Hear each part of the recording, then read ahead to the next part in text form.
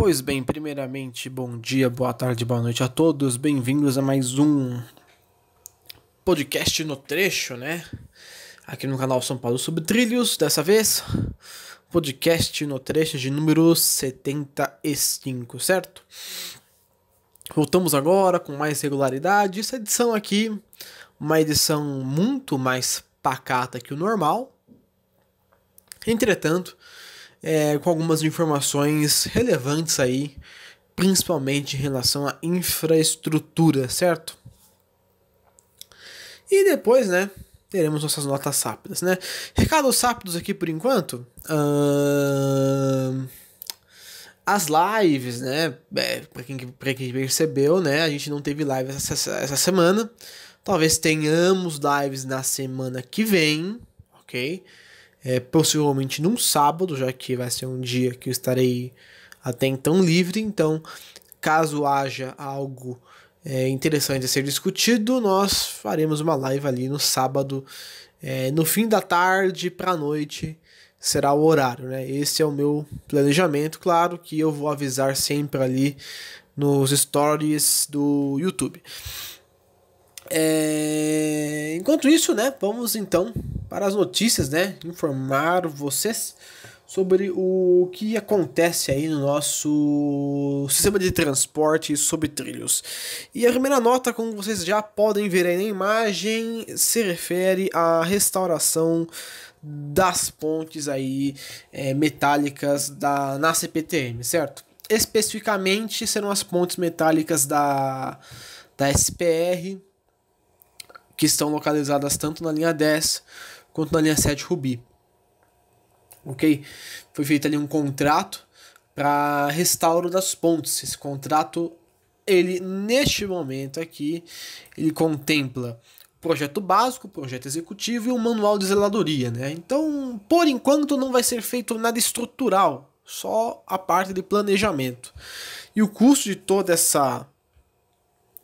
esse contrato inicial beira ali os R$96 mil, certo? Ao todo, a linha 710 ela é cortada por 14 passarelas, algumas ativas, outras inativas e algumas até cortadas, né? Como, por exemplo, a de Rio Grande da Serra, que foi removida temporariamente, para eventualmente ser restaurada. Afinal de contas, faz parte do patrimônio ali da estação, né? É um bem tombado. E, claro, né, algumas dessas passarelas aí têm função vital, uma vez que ligam regiões que são intransponíveis, né, por conta da própria ferrovia, certo? Ao todo, essas passarelas aí que nós temos são as seguintes, tem uma lista de estações: a passarela de Botujuru, Baltazar Fidelis, Vila Clarice, Ponte Seca, Várzea Paulista, Franco da Rocha, Caieiras, Perus, Jaraguá, Lapa, Ribeirão Pires, Rio Grande da Serra, Moca e a Rua do Bucolismo. Provavelmente é uma daquelas que fica ali entre Brás e Luz, né? Muito possivelmente é essa, uma das passarelas que estão ativas. E o restauro delas é muito importante, até mesmo porque você precisa dar uma condição estrutural para que ela se mantenha firme, né? Afinal, são estruturas históricas, várias delas têm bem mais de 100 anos de idade. E também reforçar as questões de segurança, uma vez que algumas das passarelas, principalmente a passarela da Moca, era vítima ali de, diríamos, de andarilhos, né? Mendigo, enfim, bêbados. Isso acaba causando ali um problema de segurança pública, querendo ou não. Portanto, a reforma poderá ali tanto revitalizar o ambiente, o espaço em geral, quanto proporcionar a reforma estrutural das passarelas ao longo da ferrovia. Certo? Então tá aí a nota. Importante ação que revitalizará aí parte do nosso patrimônio ferroviário. Próxima nota é a seguinte, segunda notícia. Metrô revoga a concessão de terminais, certo? A concessão dos terminais de ônibus foi lançada no mês de novembro de 2017 e agora ela está suspensa, né? Essa suspensão foi feita, né, para que seja realizada uma revisão no processo da concessão desses terminais, certo? Esse processo vai tanto de uma modificação em itens, inclusive inclusão de itens nessas concessões, né, que poderão ali facilitar bastante para o concessionário fazer a exploração do local, certo? Uma das principais aquisições, né, que será inclusa será o uso de algumas áreas dos terminais para uso social, a construção de algum aparato público, creches, pode ser ali um poupa-tempo, um acesso a São Paulo, que ainda é um serviço público que existe nas estações e alguns terminais. Então, a criação de aparatos públicos ainda poderá ser, né? Ou se não, né? No caso, aparatos privados que gerenciem ali de um bem-estar público como um todo, né? Enfim, ficará ali à disposição do concessionário, né? Ver quem é que vai, né? Que será construído em cada local. Mas é importante essa inclusão seja feita porque você já permite uma troca, né? Em troca da concessão, a iniciativa privada constrói ali algum bem de uso social. E são vários terminais que estão aí em jogo, né? Os terminais eles se localizam nas seguintes estações: Parada Inglesa, Armênia, Arthur Alvim, Penha, Carrão, Brás, Barra Funda, Santana, Ana Rosa, Patriarca, Vila Matilde, Carrão e Tatuapé. Eu falei Carrão duas vezes, né? Enfim, porque às vezes eu tenho um terminal norte, um terminal sul, leste, oeste, depende muito. Mas no geral, todas as estações aqui que eu mencionei, elas terão ali seus terminais de ônibus concedidos. Terminais que hoje pertencem ao metrô vão pertencer aí a outras empresas que poderão investir ali na modernização e na zeladoria do local. Também será feita a inclusão, muito possivelmente a inclusão do terminal do Belém, ok? Será acrescentado esse lote e a concessão média dos espaços beira ali aos 40 anos, então é um tempo consideravelmente bom para a exploração, né?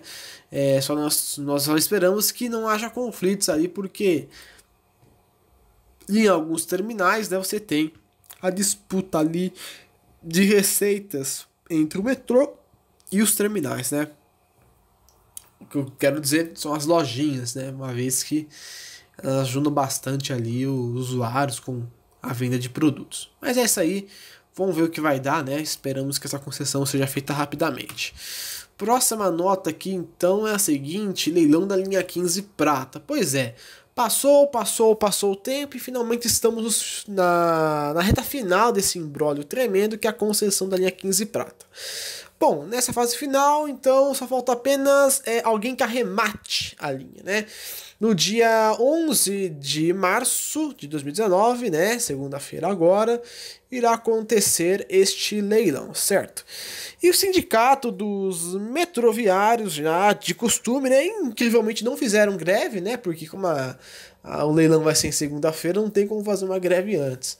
Mas antecipando aí o resultado, o sindicato dos metroviários diz que o vencedor ali será o grupo CCR, né? O que, cá entre nós, não é lá uma novidade muito grande, uma vez que eles já ganharam 2 concessões, certo? Aliás, 3, né? Porque são 3 linhas que eles ganharam, né? Eles têm uma aproximação com o governo do estado e, de certa forma, eles têm capital financeiro para botar uma grana boa ali no leilão, né? Então é um palpite previsível, né? Mas que acaba dando ali, né, um pouco da visão sobre o que seria esse monopólio, né, do metrô de São Paulo, né? Afinal de contas, né, uma coisa tem que ser deixada muito clara aí para qualquer pessoa, né, principalmente aqueles que se julgam mais liberais. Transporte público não existe concorrência. Existe o uso social do transporte público. Se a pessoa pensa que o transporte público melhora pela concorrência, essa pessoa está totalmente alheia, né? É claro que você tem, às vezes, ali, como você tinha até então, a concorrência entre o monotrilho e as linhas de ônibus na região.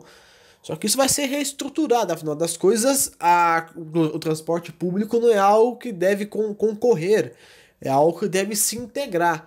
Afinal de contas, se trata de uma questão de ir e vir, então é uma coisa que o Estado te oferece, né? Enfim, entramos nessa discussão filosófica mais tarde, né? Fato é que, no geral, os indicadores das linhas, assim que elas são passadas para a iniciativa privada, tendem a crescer, tanto em questão de qualidade de operação, segurança, manutenção. Isso é um fato, sem contar que geralmente as concessões, quando bem feitas, tendem a gerar lucro para a concessionária, né? Além, né, de outras seções com flexibilidade administrativa.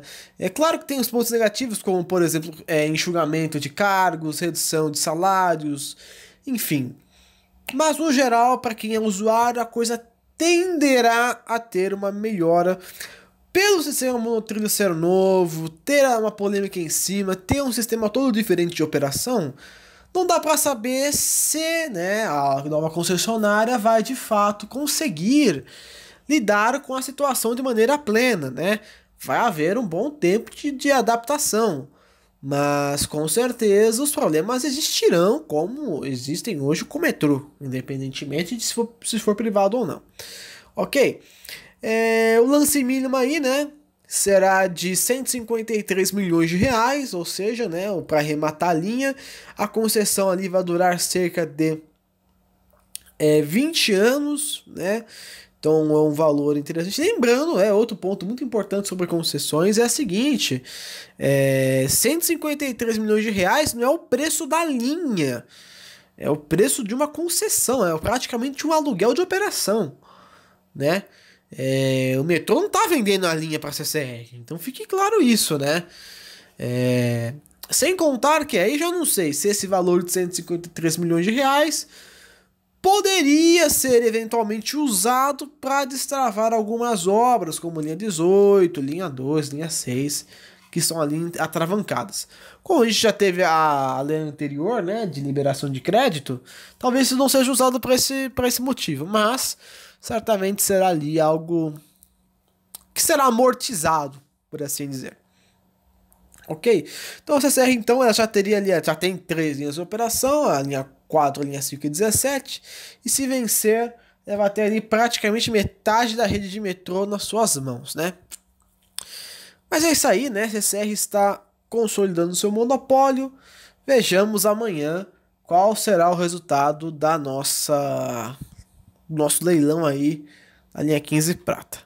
E para finalizar nossa última nota da semana, né, antes dos recados finais, né, que eu quero dar uma palavrinha com vocês nos recados finais. Para quem tava com saudade, a gente voltou aqui um pouco com além do trecho, né? Certo? E no além do trecho, né? Nem lembro direito o nome do quadro, né? Mas eu acho que era além do trecho, né? Pois bem, os trilhos mundo afora aí nos dizem aí que houve não vou falar venda, mas a consolidação da Mitsui como a controladora majoritária da Supervia, né? Supervia, que é a CPTM do Rio de Janeiro, para quem não sabe. Você vê aí é um Alstom Metrópolis, né? Se eu não me engano o nome dele. É o 9000 de lá, né? Se eu não me engano é o série 4000, certo? Da Alstom, igualzinho ao nosso 9000. O que aconteceu aqui é o seguinte: Supervia era controlada antigamente pela Odebrecht Transport. Ela estava em crise, a Lava Jato fez ela perder totalmente o controle da situação e ela acabou vendendo parte da sua participação acionária para a Mitsui, certo? Através de uma subsidiária que vai cuidar do transporte ferroviário na região carioca, né? Ou dizendo região fluminense, né? Vamos usar os gentílicos corretamente. Com isso, a Mitsui ficaram com praticamente 89% do controle da Supervia, né? acionista majoritário, enquanto a Odebrecht Transporte vai ficar com os outros 11%. A Mitsui não é muito arraigada aqui no Brasil, ela tem negócios bem tímidos, né? Tem uma participação com os cargueiros aqui, né? Na região sudeste. Mas ela está investindo aqui agora em transporte sobre trilhos, principalmente transportes urbanos, né? E uma das suas subsidiárias já tem experiência no Japão, né? Ele controla algumas das linhas ferroviárias do Japão e talvez existam ali algumas mudanças a serem feitas, né? O que isso vai impactar? Vai ser muito, vai ser pouco, não sabemos, né? O fato é que o sistema de lá, se eu fosse comparar pelo que eu vejo, pelo que me falam, seria uma CPTM de 2010, mais ou menos, né? Uma CPTM de 9, 10 anos atrás. Então, ela não está com essa frota 100% renovada, mas praticamente já está com a sua frota 100% com ar-condicionado, né? Tirando os trens os da Métrica, de Guapimirim, de Umirim, todos os outros estão com AC, né? Isso é muito bom, né? Mostrou que houve um investimento ali, mas é aquela coisa, né? Na concessão, se o Estado vai mal, a concessionária também vai mal, né? Afinal de contas, precisa do subsídio.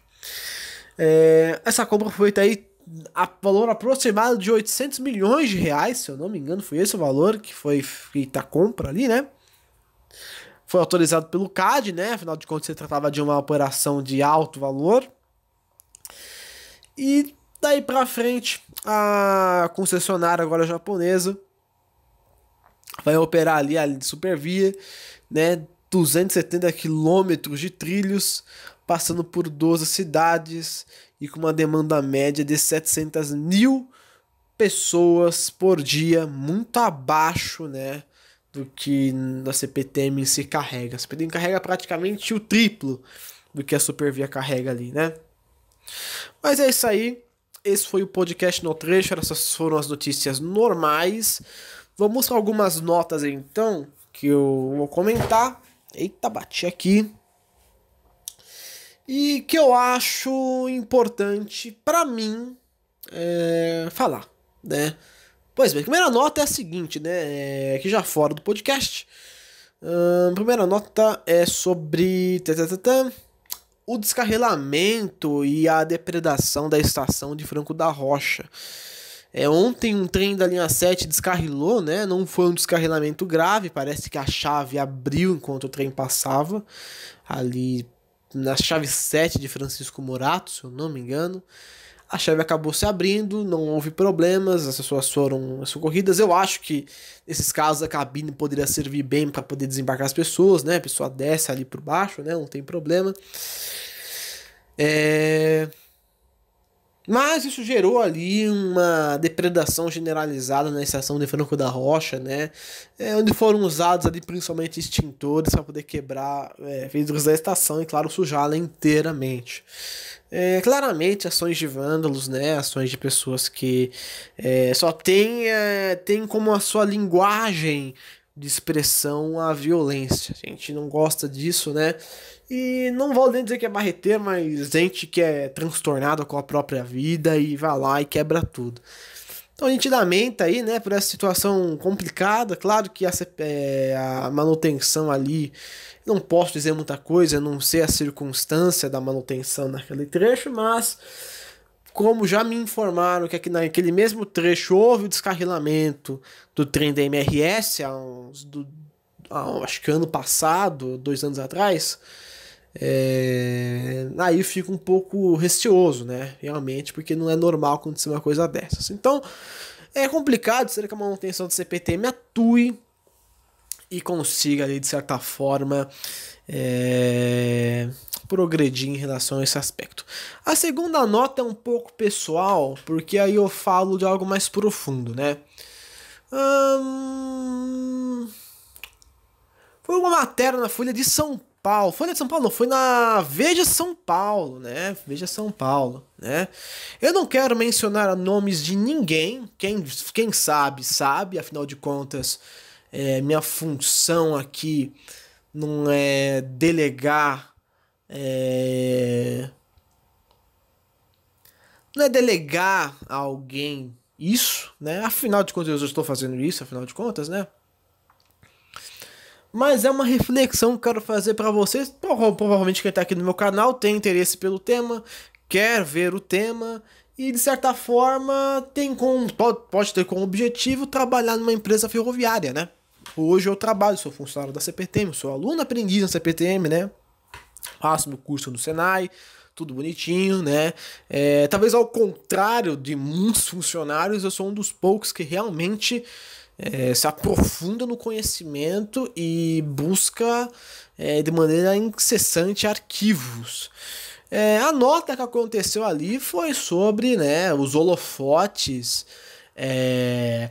o palco que foi dado ali para a maquinista mais jovem da CPTM. Eu acho importante falar disso porque eu quero separar aqui duas coisas muito importantes e é o meu objetivo da minha mensagem.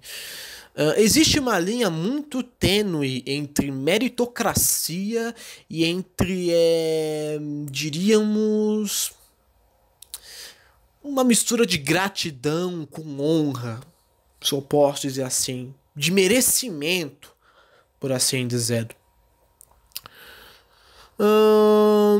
É inegável que a pessoa em questão foi talvez uma das mais jovens a assumir um cargo como uma operadora de trem, né?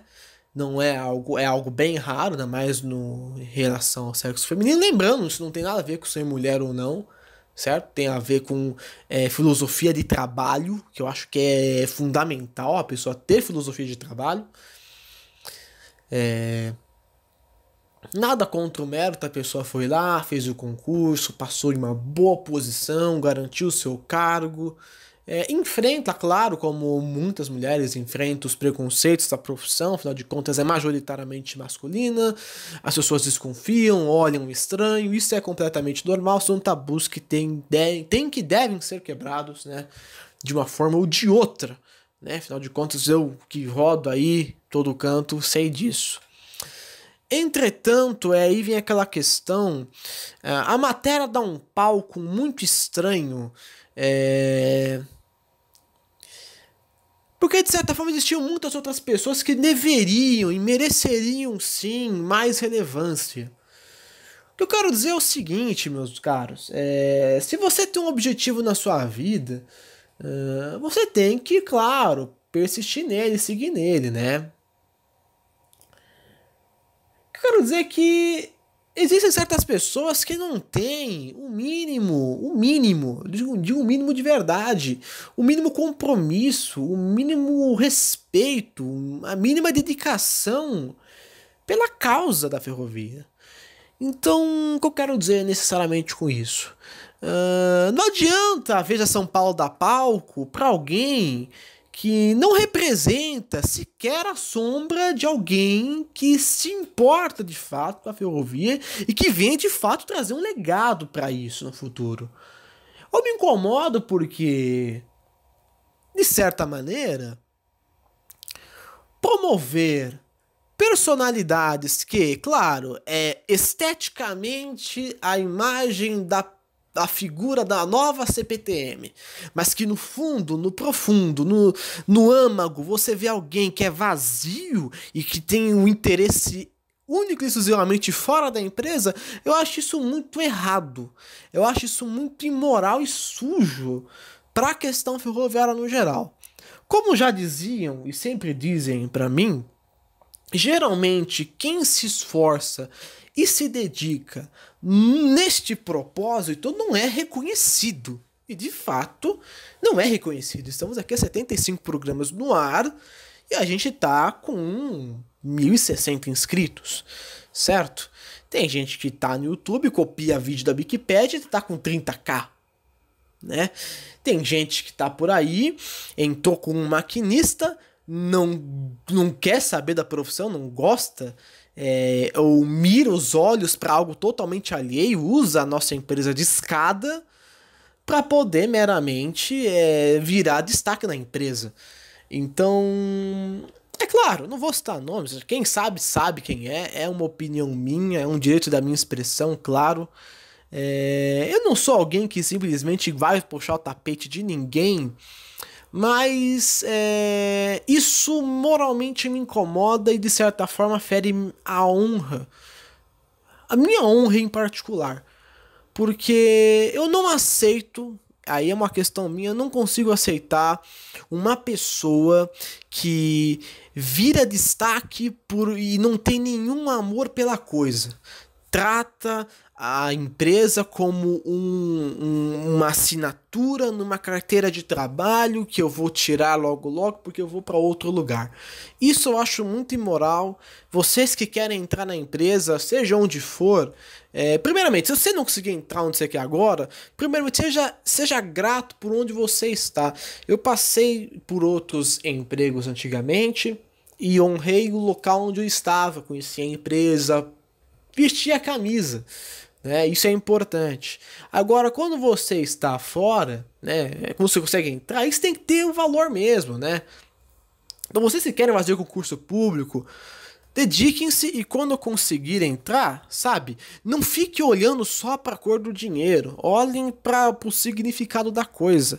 E para mim, o que me deixa mais constrangido e até um pouco enojado é essa falta de amor e consideração por todo um patrimônio que cerca aí a história ferroviária. E querendo ou não, a linha 13, por mais que seja nova, ela tem uma história de mais de 20 anos atrás, né? Essas pessoas que estão lá, boa parte deve conhecer um pouco, mas se a maioria conhecer essa história, valorizariam o local ali em questão, certo? A minha mensagem é basicamente essa, porque eu não acho justo dar palco para alguém que não tem o mínimo de consideração pela causa ferroviária e que simplesmente, na primeira oportunidade que tiver, vai pular fora da empresa, certo? É uma reflexão, um direito de opinião minha, certo? Se você acha o contrário, se exprima. Eu falo porque eu conheci, eu vi e eu acho que sim, vai pular fora da empresa, né? E vocês que um dia almejam, né, atingir um cargo ferroviário, dediquem-se, estudem principalmente e, por favor, honrem suas posições. É muito importante que as pessoas honrem os cargos onde elas estão. Se você for concursado, às vezes for contratado por fora, honre a sua profissão. Sabe por quê? Porque é difícil a pessoa se satisfazer num trabalho bom, né? E ainda mais que quando fala de ferrovia, você tem que pensar com um certo cuidado, né? Mas é basicamente isso, eu agradeço. Não queria expor tanto assim, mas eu acho que diante deste palco montado, né, é necessário falar algumas coisas. A cordialidade e o respeito fica por uma questão de obrigação, mas é claro, a consideração ela é totalmente nula e cada vez mais perde-se aí a essência, a tradição ferroviária, né? E é difícil hoje em dia achar alguém que tem essa preocupação por essa essência, né? Mas é isso aí, agradeço a todos que ouviram o nosso podcast. Até a nossa próxima edição, número 76, já, né? Provavelmente com a decisão do leilão da linha 15. É isso aí, pessoal. Até mais.